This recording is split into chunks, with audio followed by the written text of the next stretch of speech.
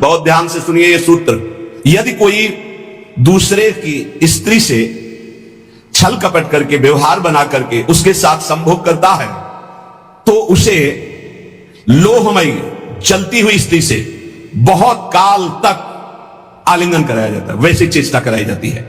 उस पुरुष को नरक में ऐसी यंत्रणा। और जो स्त्री अपने पति को धोखा देकर दूसरे पुरुष का, तो वो चार पुरुष रूपया सुरम्या, वो पुरुष रूप लोह से जलती हुई लोहे की मूर्ति, उससे उसको आलिंगन बहुत वर्षों तक कराया जाता है। नरक में भीषण यंत्रणा उसको प्राप्त होती है।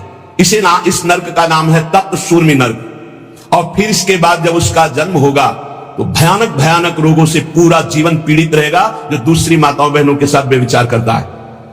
अब जब कर्म का फल आता है तब कह देते हैं कि पूर्व जन्म का कर्म है, उसको भोगना पड़ेगा। हमारे साथ भगवान अन्याय कर रहा है, हमने कोई पाप कर्म नहीं किया। अगर कर्म का फल नहीं है तो गर्भ से ही बालक अपंग कैसे पैदा हो रहा है?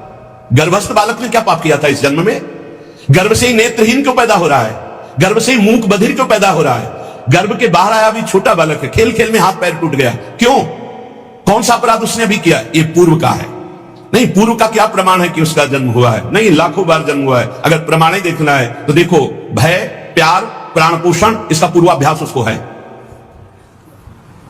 पुचकारो छोटे से बालक को, वो किलकारी मारेगा। ये किसने सिखाया कि ये प्यार का लक्षण है?